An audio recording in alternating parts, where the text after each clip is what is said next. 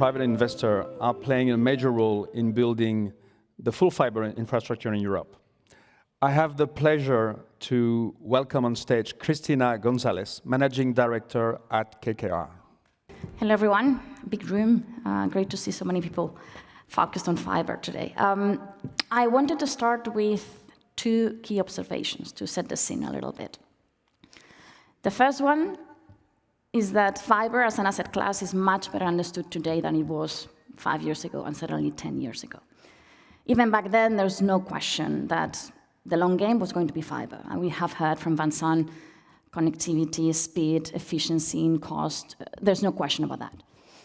Now, that is not enough. From an investment perspective, you don't get there just with it. So you need operationally to drive the excellence. And this is where a lot of investors have come to big realizations over the last few years.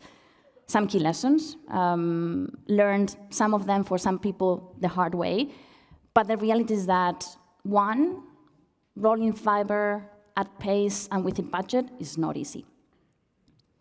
Two, penetration doesn't come automatically. Even if you have that level of demand, converting the order into an actual customer takes physical connection. It may sound straightforward, but building that and getting that network to that level is actually quite complex. And number three, even if you have the demand, you have the volume, running a profitable platform has its challenges. So these things have been learned over the last few years, which in a way is what is leading to the second observation here, which is the fact that capital is scarce and very selective. And you see a lot of parties in the room, debt investors, equity investors. Many of us have a lot of exposure to the sector, very happily in our case, but a lot of exposure, which means that there's less room to put more capital to work, and the ability to raise that capital today is more challenging. So there's this ruthless capital allocation discussion that is happening every day of the week. So these two elements for me are what effectively frame the scene today. Now, more specifically, there are a few things that we are seeing as investors quite prominently. The first one Vincent was raising. There's still a very big need of investment in the market, 100 billion euro for the next 5 years to get to the targets that have been set. Now, a big proportion of that amount is not funded. It still has to be found, and it still has to be committed. Second observation, consolidation. This is a lot of talk these days. It's no week that we don't have a party coming to our offices offering to consolidate one of our platforms with another one. But in our perspective, it's still not a big reality. Now, I'm not saying that it's not going to become a reality at some point, but today is not happening in the order of magnitude that we are seeing those conversations happening. Again, Vincent mentioned that most of the M&A that is happening or is in the making today is not acquisition, is not sale, it's just the focus on raising capital. And some of those tickets are actually very large. We are talking about billion euro tickets pending to be raised in this market, which again means that as an investor, you have to be really tight on those underwrites to make sure that you deploy the capital on unit economics that have a balanced risk profile. And that means that when you look at overbuilt scenarios, there's no investment case that actually can sustain that. So this is 4 things that we are seeing pretty much every day in the market.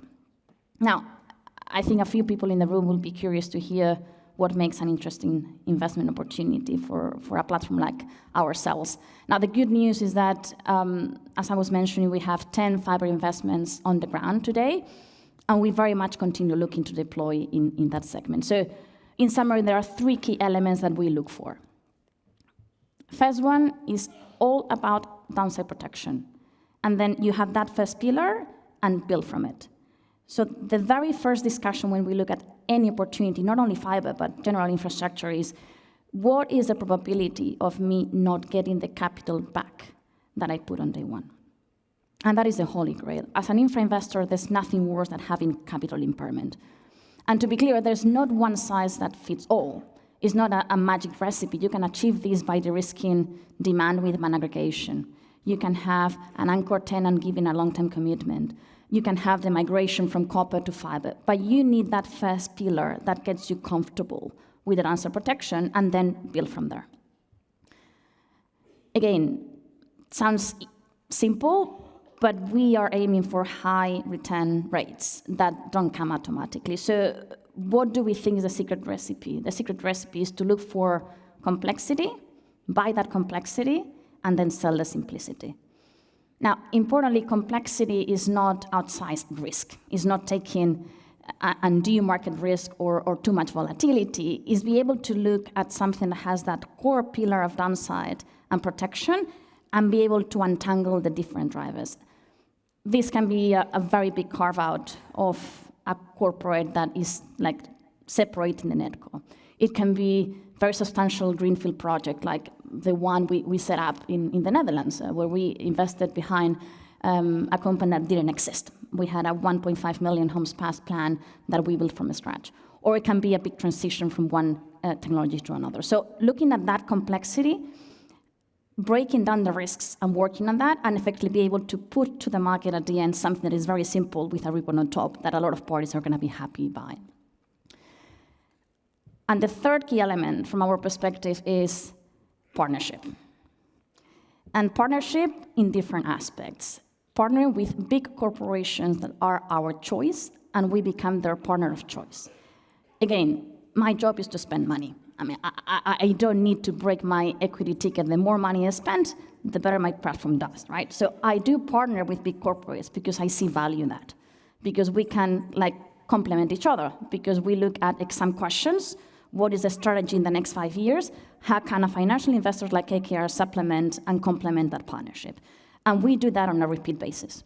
You look across Europe, we've partnered with Vodafone, Telefonica, Telenor, Telecom Italia, Altis. And we do that because we see a lot of value in that. And the second key element is that we continue partnering with the highest caliber executives. Now, you may think that we have some of the answers for the key questions, but we are not going to be on the ground. Without the right team, with the right caliber, the right experience, those beautiful business plans and that great strategy is not going to get there. And look, there's no good or bad executive. It's the right team at the right time for a right platform.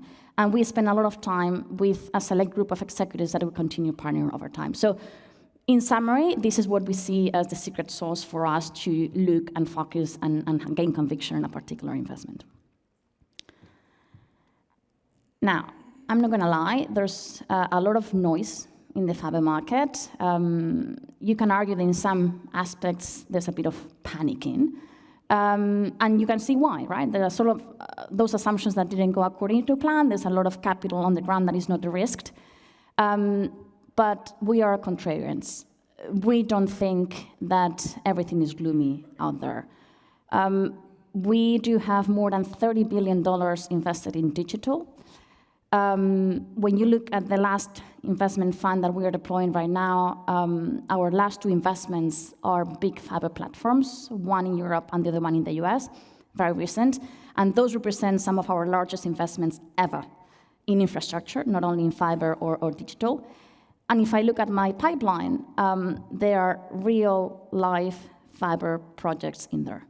Now, the bar is extremely high, but I do think there's a road ahead to deploying fiber, and there's a lot of benefit from being sustainable investors in that remit. So I wanted to end my few minutes speech with the positive note that as an investor in the market, we continue being very active.